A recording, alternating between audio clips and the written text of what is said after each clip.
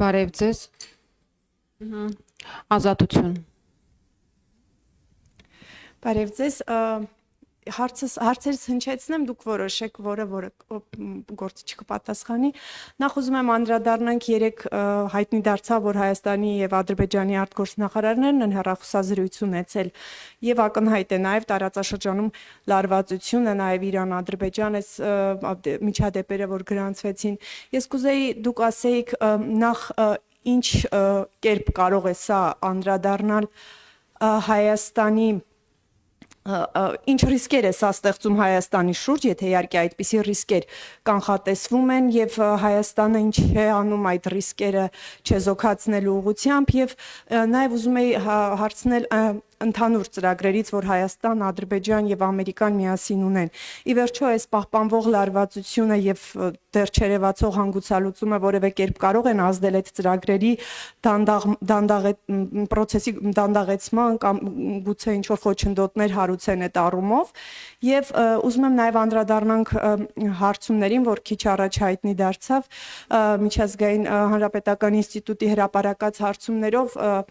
քաղաքացիական պայմանագիրը ըստ էության առաջատար էր այդ հարցումներով խորհրդարանական ընտրությունների հնարավոր պատկերի արտացոլման առումով ես ուզում եմ հարցնել ամեն դեպքում այնտեղ սահմանադրական մեծամասնության առումով կարծես թե չի լինելու սահմանադրական մեծամասնություն չի ստանալու եթե այլ կերպ են 29% չէ ես ճիշտ եմ հա 29% էր Լավ, հարցս հնչեցնեմ, դուք արձագանքեք, պարոն Եղոյան, ինչպես եք պատկերացնում այս դեպքում հետագայում արդեն աշխատանքը, եթե իսկապես այնպես ստացվի, որ չունենաք սահմանադրական մեծամասնություն։ Ես պատասխանեմ մի քանի հարցի, չնայած դուք ոնց որ թե բոլոր լրագրողների հարցերը մենակով տվեցիք, չէ՞։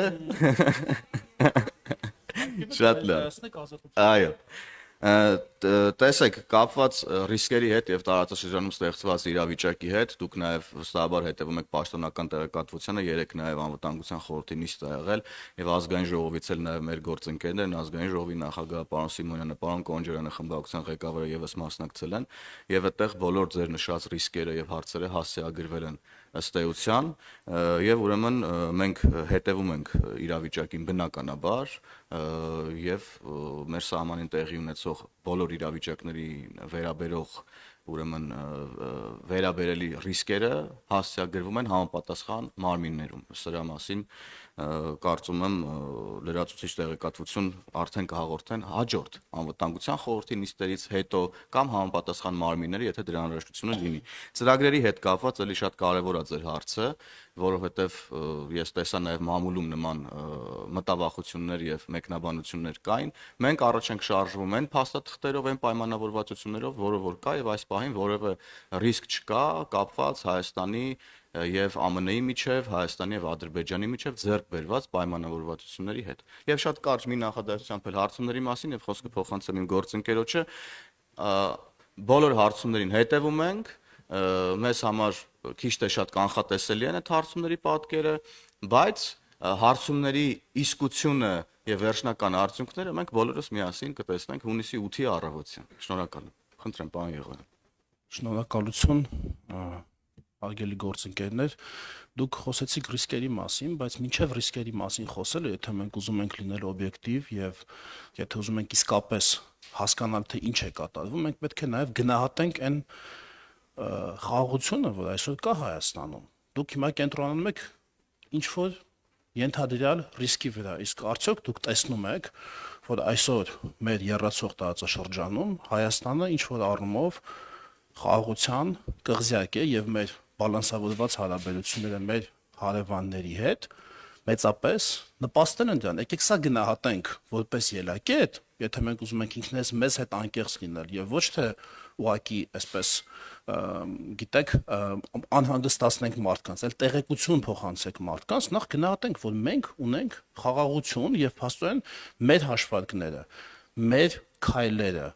մեր բոլոր ուրեմն այն հարաբերությունները, որ մենք հաստատել ենք բոլոր կողմերի հետ, սկսած ԱՄՆ-ից, վերջացած Ռուսաստան, վերջացած տարածաշրջանի երկրներ, բոլոր այն հաշվարկները, որ մենք արել ենք, պայմանավորվածությունները, որ մենք ձեռք ենք բերել, մինչ այս պահը ցույց են տալիս, որ հնարավոր դասավորվածության մեջ Հայաստանի համար ապահովում են լավագույն հնարավոր արդյունքը այս պահի դրությամբ։ Սա ուղղակի ես կարծում եմ, որ ճիշտ կլինի, որ մենք գնահատենք։ Ինչ վերաբերում է հարցումներին, մենք այո ճիշտ եք, այդ հարցումներով քաղաքացիական պայմանագիրը ունենում է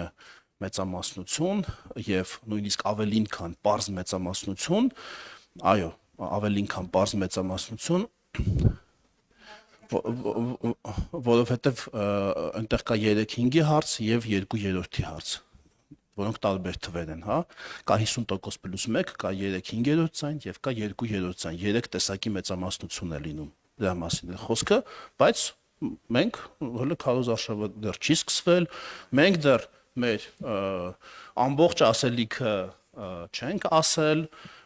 կարծում եմ դա շատ լավ գնահատական են թվերը, որ երեք հրապարակվեցին, թե այսօր դրանք շատ լավ գնահատական են եւ այստեղ էլ ես խնդրում եմ դուք ոչ թե դուք ասում եք բա ուրա սահմանադրական մեծամասնությունը, կարծես սահմանադրական մեծամասնությունը այնտեղ այսպես պիտի պատրաստի դրած լինի կամ մենք ասել ենք, որ այնտեղ պատրաստի դրած է եւ դուք էլ հիմա մեզ հանդիմանում եք։ Մի հատ եկեք նկատենք, որ բազմաթիվ ուժեր եւ բազմաթիվ մարդիկ, բազմաթիվ լրագրողներ ասում էին, որ քաղաքացիական պայմանագիր կուսակցության վարկանիշը ընկել է, շատ ցածր է, նույնիսկ չգիտեմ, իշխանություն ձևավորելու հետ կապված կարող են խնդիր ունենան եւ այլ, Գյումրի 2 սցենարից էին ինչ որ խոսում եւ այլն, մի հատ սա գնահատենք։ Էլի ասեք ձեր հարցը, բայց մի հատ տեսնենք, թե ինչ է տեղի ունեցել, դրա վրա կառուցենք մեր հետագա հարցը։ Ոչ թե մոռանանք մեր նախորդ քննադատությունը եւ անցանկամից անցնենք երկրորդ քննադատությանը։ Շնորհակալություն։ Մի կարճ հարց էր, քանի որ կարծես թե կհասցնենք։ Պարոն Եղոյան, այսինքն դուք կարծում եք, որ քարոզարշավի փուլով արդեն դուք կկարողանաք լուծել նաև սահմանադրական մեծամասնության հարցը, ես ճիշտ հասկացա։ Կարծում եմ, որ մենք հիմա էլ այդ հարցը արդեն իսկ լուծել ենք, ուղղակի հարցումները, գիտեք, դրանք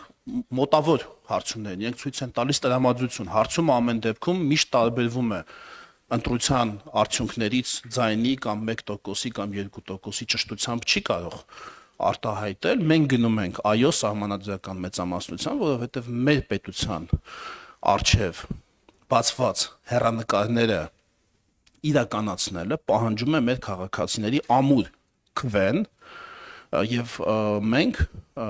հայցելու ենք այդ ամուր քվեն, որպեսզի հնարավորություն ունենանք պաշտպանել խաղաղությունը, որը արդեն իսկ մենք հաստատել ենք այն ամուր քվեով, որը մեզ քաղաքացիները տվեցին 21 թվականին, մենք արդարացրեցինք այդ քվեն, մենք կառավարության մեծագույն պարտականությունը այսօր կարող ենք ֆիքսել, որ կատարված է, խաղաղությունը հաստատված է եւ այն անդառնալի դարձնելու համար մեզ պետք կլինի այո քաղաքացիների ամուր եւ աներկբա քվեն, այն է սահմանադրական մեծամասնություն, այն է ազգային ժողովի տեղերի 2/3-ը։ Շնորհակալություն։ Նյուզեյ Ես կրկին հարցումներից հարցնեմ, ես այո ընդդիմադիրների ձայնի հետ կապված Գյումրի 2-ից հարցնեմ, պարոն Եղոյան եւ պարոն Հովհաննիսյան, եթե ձեր հարցումներով վստահ եք, դուք մեծամասնություն եք կազմելու, լավ, ով որ անցկացրել, այս հարցում արդեն իսկ հարցի մեջ գնաց, դա մեր հարցումը չի։ Ձեր հարցում չի, ասում եմ, եթե դուք վստահ եք, որ այս տվյալներով դուք անցնում եք, եւ կոլեկտիվ ոնց էլ հաշվում ենք այդ թվերով ընդդիմությունը Գյումրի 2 լինի, ինչ տարբերակ է լինի այս հարցման տվյալներով մեծամասնություն չի ձեզ հետ համեմատած այդ դեպքում վերջին շրջանում ինչու է իշխանությունը շատ քննադատում ընդդիմադիրների համախմբման կոալիցիայի հնարավոր կազմումը եւ ինչու Գյումրի 2-ը շատ անհանգստացնում է իշխանությանը սա մի ենթահարց եւ հարցումներով էլի կրկին մի դիտարկում կար մինչ այս թվերը հրապարակվել մամուլում տեղեկություն կար որ իշխանությունը սրբագրել է այս հարցման արդյունքները այս սրա հետ կապված խնդրում եմ անդրադարձեք եւ այս հարցը պարոն Եղոյան անձամբ ձեզ եմ ուղղում որովհետեւ 50-յակում դուք եք վերջին օրերին բարձ է դառնում որ քաղաքացիական պայմանագրի 50-յակից որոշ մարդիկ դուրս են մնացել որովհետեւ այսպես ասած զեղծարարությամբ են զբաղվել խախտել են քարոզչության կանոնները Հնարավոր է էլի լինեն նման մարդիկ եւ օրինակ եթե ձեզ վարչությունը կազմի ասի ինչ հիմքով կամ ինչպես եք ձեր ձայները հավաքել, դուք ունեք արդարացում, ինչպես են ձեզ այդ ձայները տվել, որ հայտնվել եք 50-ում։ Վարչությունը ի տարբերություն լրագրողների չի շարժվում մեղավորության կանխավարկածով, այլ շարժվում է անմեղության կանխավարկածով եւ ոչ թե ուղղակի մարդկանց կանչում ասում է եւ բացատրություն տուր քեզ որտեղից այս ձայները, այլ ուղղակի ինչ որ ահազանգների դեպքում գնում է այդ ահազանգների քննության ճանապարհով։ Այստեղ գործում է ոչ թե մեղավորության կանխավարկած, այլ անմեղության կանխավարկած, այնպես որ այդպիսի իրավիճակ չի լինում, որ վարչությունը ուղղակի մարդկանց հարցնի, բերի պահանջի հիմնավորել, թե որտեղից են իրենք ձայն հավաքել։ Սա մեկ։ Երկրորդը, ձեր ասածը IRA-ի հարցումներին վերաբերյալ կարծում եմ, որ շատ վիրավորական է։ Դուք տեսեք, դուք ինչքան էլ որ հասկացանք լրագրող եք, իշխանության ներկայացուցիչ չեք, բայց ամեն դեպքում այսինքն ինչ եք ուզում ասել։ Մենք քանի կար ասում էին, մենք ազդել ենք Facebook-ի վրա, այսինքն 1.6 տրիլիոն դոլարանոց կապիտալով ընկերության աշխարհի ամենահարուստ մարդկանցից մեկի վրա իբր ազդել ենք, որ անդիմադիրների էջերը փակեն, որտեղ այնտեղ հայտնաբերել էին այսպես կոչված ոչ աուտենտիկ կոորդինացված պահվածք, այսինքն ֆեյքային պահվածք։ Հիմա էլ դա թողեցիք, ասում եք IRA-ի հարցումներ ենք, մենք ո՞նց կարող IRA-ի հարցումները սրբագրենք։ Այսինքն ոնց պետք է դա անենք։ Դուք դա ոնց եք պատկերացնում, որ IRA-ի ղեկավարությունը, բորդը, մյուսները, այդ հարցումն իրականացնող մարդիկ, մենք ոնց դա պետք է անենք։ Դուք կարծում եք դա այդքան անազնիվ կազմակերպություն է, որ թույլ տա, որ որևէ մեկը իր հարցումները սրբագրի, կներեք դա վիրավորական է, ընդ որում ասեմ, այս կազմակերպությունը շատ սերտ կապեր ունի Ամերիկայի Հանրապետական կուսակցության հետ, մեր շատ լավ գործընկերներն են իրենք, բայց մենք երբեք մեզ նույնիսկ չենք էլ կարող մտքի ծայրով թույլ տալ, մտածել, որ կարող ենք իրենց հարցման արդյունքները սրբագրել ամենավստահելի տարբերություն այն նորից էլի կասեմ անդիմադիրների իրականացած հարցումներից ամենավստահելի 21 թվականին էլ կարող եք բացել նայել անցած տարվա մայիս-հունիսն էլ կարող եք բացել նայել պատերազմական իրավիճակներում հարցումները կարող եք բացել նայել ամենավստահելի կազմակերպություններից մեկն է այս իմաստով ես կոչ կանեմ ուղղակի չվիրավորել այդ մարդկանց Գյումրի երկուսի հետ կապված կարծում եմ դա ոչ թե դա այդ բոլորը պիտի դրան դեմ լինեն որովհետեւ ոչ թե այն իմաստով որ տեսեք կոալիցիա է ձևավորվում այլ որովհետեւ Գյումրիում ինչ տեղի ունեցավ Գյումրիում տեղի ունեցավ մարդկանց քվեի գողություն այդ ուժերը չէին հայտարարել, որ իրենք պատրաստվում են Վարդան Ղուկասյանին դարձնել Գյումրու քաղաքապետ։ Ճիշտ է։ Ճիշտ եմ թե ճիշտ չեմ։ Առնվազն մեկը, որ հաստատ որ ես հիշում եմ, Մարտուն Գրիգորյանը ինքը նման բան ոչ միայն չէր հաստատել, այլև հերքել էր դա։ Այն երկուսն էլ ուղղակի չէին ասել։ Արդյունքում ինչ ստացվեց։ Հիմա այդ մյուս 3 ուժերին ընտրողները ընտրել էին, որ Վարդան Ղուկասյանը դառնա Գյումրիի քաղաքապետ, դրա համար էին ընտրել։ Ես չեմ կարծում, որ դրա համար էին ընտրել եւ ես գիտեմ, որ դրա համար չէին ընտրել, գնացեք Գյումրիում իրենցից հարցրեք։ Հիմա մենք ինչ ենք ասում, մենք ասում ենք ընկերներ ջան, եթե դուք ուզում եք ձեր այդ բանով, սցենարով այսպես կոչված դիցուկ Ռոբերտ Քոչարյանին դարձնել վարչապետ, նախ դա հայտարարեք, որովհետեւ այն մյուսները վարչապետի տեխնացու չունեն էլ։ Մեկը որովհետեւ չի կարող լինել տեխնիկապես, մյուսը չի էլ ցանկանում լինել։ Հայտարարեք դա, հայտարարուց հետո էլ արդեն կլինի այլ գնահատական, բայց իրենք դա չեն հայտարարում։ Եվ ասում են Գյումրի 2, դա վիրավորական է, կարծում եմ, մեր ընտրողների համար։ Ասել, որ տեղի կունենա Գյումրի 2, նշանակում է ասել, որ մենք եւս մեկ անգամ պիտի խաբենք Հայաստանի քաղաքացիները։ Այդ նույնն է, բայց դա անհանգստացնող չի, որ պիտի խաբեն։ Մենք ունենք վարչապետի տեխնացու, իսկ իրենք ունեն վարչապետի տեխնացու։ Թող ասեն, մեկ հոգի պիտի լինի վարչապետ։ Չեն կարող 3-ով լինել վարչապետ։ Մեկը պիտի լինի վարչապետ, թող ասեն անունը։ Վերջ։ Դե երեք ըստ էության պարոն Եղոյան դաշնակցական падգամավորը այդպես էլ հայտարարեց, որ իր դա քիչ է բնականաբար, բայց թող բոլորով ասեն։ Արդեն ըստ էության այդ հայտարարությունները քիչ թե շատ հնչում են, բայց ամփոփելով, հա, այս թեման առհասարակ նախ մեր ներկուսակցական քարոզարշավի եւ ընթացքի վերաբերյալ հիմա արդեն ընթանում է երկրորդ փուլը քարոզարշավի, երկրորդ 50-յակի եւ մեզ մոտ ուրեմն քարոզարշավի կանոնները չափազանց խիստ են եւ պարտադիր է դրանց պահպանումը եւ հենց այդ կանոնների խախտման վերաբերյալ էլ վարչությունը կայացնում է որոշումներ, որովհետեւ մեզ մոտ ներքին կարգապահական հարցերը շատ խիստ են դրված։ Սա որպես ձեր հարցի պատասխան։ Իսկ էլի է գալով Գյումրի 2-ին նաև ձեր մեկնաբանությունը, որ մենք քննադատում ենք ընդդիմության միավորումը, մենք ընդդիմության միավորումը չենք քննադատում։ Մենք ուղղակի մեր քաղաքացիներին շատ պարզ եւ ուղիղ մեկնաբանում եւ պարզեցնում ենք, թե ինչ է անում ընդդիմությունը եւ ինչ տեխնոլոգիաների եւ ներողություն ֆոկուսների միջոցով է փորձում կրկին գողանալ, քվեն եւ վերավաճառել իրար միջև,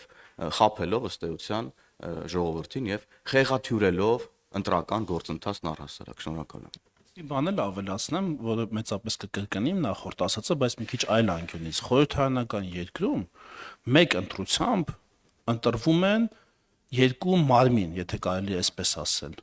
եւ ազգային ժողով, եւ կառավարություն ներառյալ վարչապետը։ Այսինքն, եթե շատ պարզեցնենք մեր խոսքը, խորհրդարանական ընտրությունները բացի խորհրդարանական ընտրություն լինելուց նաև վարչապետական ընտրություններ են։ Առաջվա նախագահական ընտրությունների նման ընտրվում է պետության ղեկավար։ Ուղղակի հիմա պետության ղեկավարը ընտրվում է անուղղակիորեն, ուղիղ քվեով, բայց անուղղակիորեն խորհրդարանական ձայների միջոցով։ Եվ այնպես որ յուրաքանչյուր քաղաքացի իր քվեն որևէ ուժի տալուց առաջ պիտի ինքը իրեն հարց տա. ես այս ուժին ընտրելով ում եմ ընտրում վարչապետ։ Այս թուղթը, որ նետեցի քվեատուփը, ըստ իս ով այս թղթով պիտի դառնա Հայաստանի վարչապետը։ Այս հարցը եթե իրենց տան, կարծում եմ ամեն ինչ տեղը կընկնի։ Civic-ը Շնորհակալություն։ Պարոնակ, գիտեք, որ մամուլում վերջին շրջանում հաճախ գրվում է, որ քաղաքացիական պայմանագիրը նաև ներքին հարցումներ է իրականացնում եւ նույն մամուլի վկայությամբ այդ հարցումները շատ հոռետեսական են ձեր ստանալիք քվեների առումով։ Խնդրում եմ ճշգրտեք, արդյոք նման ներքին հարցումներ իրականացրել եք ՀՊԸ թե ոչ եւ արդյոք այդ հարցման տվյալները համադրելի են միջազգային հանրապետական ինստիտուտի արդեն հրապարակված տվյալների հետ եւ մի ճշգրտում էլ պարոն Հովհաննիսյան, դուք ձեր խոսքում նշեցիք, որ միջազգային հանրապետական ինստիտուտի հարցման տվյալները ձեզ համար կանխատեսելի էին։ Խնդրում եմ ճշգրտեք, կանխատեսելի ասելով նկատի ունեք, որ տոկոսային նման ցածր պատկեր է ի հայտ վերվել, թե որ հարցվածների տվյալներով, հարցումների տվյալներով ԿՊ-ն առաջին տեղում է լինել։ Լավատեսական են, կանխատեսելի են դրանց լավատեսական լինելու իմաստով, առաջին տեղում լինելու իմաստով եւ նաեւ ընդդիմության ուրեմն հակա ռեյտինգի իմաստով, իսկ ինչ վերաբերվում է մեր ներքին հարցումներին, երեք վարչապետն էլ իր բրիֆինգի ժամանակ սրա մասին խոսեց, այո, մենք ունենք ներքին հարցումներ, որոնք արել ենք մեզ համար, մեր ներքին աշխատանքները կազմակերպելու համար եւ դրանք բավականին լավատեսական են եւ թերևս ամփոփում են այն ամեն ինչ որ քիչ առաջ նաեւ ասաց գործընկերս պարոն Եղոյանը։ Շնորհակալ եմ։ Ավելի լավատեսական տոկոսների առումով, քան RI հարցումներն են Ես համեմատականներ չեմ անի, որովհետեւ մեր հարցումները մեր ներքին աշխատանքները կազմակերպելու համար են, բայց միանշանակ դրանք լավատեսական են եւ մենք դեռ արժևում ունենք 3 ամիս եւ քարոզարշավ։ Շնորհակալություն։ Վերջին կարճ հարցը հանրային երկրորդ հեռուստաընկերություն։ Հարցը ուղղում եմ պարոն Եղոյանին։ Պարոն Եղոյան, դուք քիչ առաջ ասացիք, որ խաղաղությունը արդեն հաստատված է, Հայաստանը խաղաղության կղզյակ է եւ որևէ փոփոխություն, Հայաստան-Ադրբեջան հարաբերություններում այդ իմաստով չի լինելու։ Երեք Ալիև անվտանգության խորհուրդ Ես ասացի, մեզ պետք է ուժեղ քվե։ Ես ձեր ասած մեջբերումը չեմ արել, անկախ նրանից հիմա համաձայն եմ դրա թե չէ, բայց խնդրում եմ ինձ մեջբերել բառացի։ Խաղաղության հետ կապված դուք ասացիք, որ արդեն խաղաղությունը հաստատված փաստ է եւ ընդհանուր պետք է ձեզ քվե տա, որպեսզի այն դառնա անդառնալի։ Ադրբեջանի նախագահը երեք անվտանգության խորհրդի նիստում բառացի հայտարարել է. հայերի գլուխը ջարդել են երկաթե բռունցքով։ Նման խոսույթ ունեցող պետության առաջնորդի հետ, պետության հետ ինչպես եք պատրաստվում հետագայում խաղաղություն հաստատել։ Շնորհակալություն։ Ուրեմն ես դες մի գաղտնիք պիտի բացահայտեմ։ Խաղաղությունը հաստատվում է խնդիրներ ունեցող կողմերի միջև։ Հաճախ իրար թշնամաբար վերաբերված, պատերազմած, կռված պետությունների, անձանց, անհատների ընկերները իրար միջև խաղաղություն չեն հաստատում, որտեղ ընկերները այսպես թե այնպես խաղաղ ապրում են իրար հետ։ Բարի դրացիական հարևանները իրար միջև խաղաղություն չեն հաստատում։ Ասենք շատ դժվար է, չէ՞ պատկերացնել, որ ասենք մենք գնում ենք Վրաստանի հետ խաղաղություն հաստատենք, որովհետև այս 3000 տարի խաղաղ է Վրաստանի հետ։ Մենք խնդիր չենք ունեցել Վրաստանի հետ։ Ում հետ խնդիր ունես, նրա հետ ես խաղաղություն հաստատում։ Դուք ասում եք, բայց չէ՞ որ հələ տեսեք այդ խնդիրները հələ իրանց զգացնել են տալիս, հələ զգացնել տալիս են։ Դրա համար էլ ասում եմ, որ պետքա դա դարձնենք անդառնալի։ Նկատի ունեմ խաղաղություն ձգտող ժամանակը պետությունը սպառվել պետք է նման հռետորաբանությամբ հանդես գա, այն Մենք երկրում գիտենք մենք ինչ ենք ձգտում եւ մենք այնպես ենք անում, որ մենք հասնենք մեր ձգտածին։ Մենք մեր ձգտումները եւ մեր գործողությունները հայելային կորելացիայի մեջ չենք դնում մյուսների պահվածքի հետ։ Մենք մյուսների հայելային արտացոլանքը չենք։ Մենք ունենք մեր օրակարգը, մենք մեր օրակարգն ենք առաջ տանում։ Եթե մենք հայելային արտացոլանքի սկզբունքով առաջնորդվեինք, կրկնեինք այն, ինչ անում են ուրիշները, մենք չէինք լինի այնտեղ, որտեղ որ ենք այսօր եւ նույնն էլ ձեզ եմ խորհուրդ տալիս ձեր օրակարգը առաջ տանել եւ ոչ թե կրկնել ուրիշների ասածը կամ ձեր գործողությունները 100%-ով կորելացնել ուրիշների ասածների հետ։ Շնորհակալ։ Շնորհակալություն։